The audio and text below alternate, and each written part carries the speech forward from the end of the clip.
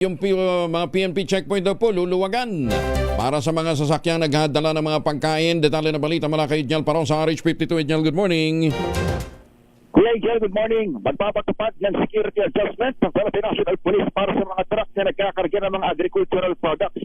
Kasunod nito ng parawagan ng Malacanang, natanggalin na ang ilang checkpoint na nagpapabagal lamang ng supply ng pagkain habang may nararanasang problemang bansa sa mga produktong petrolyo.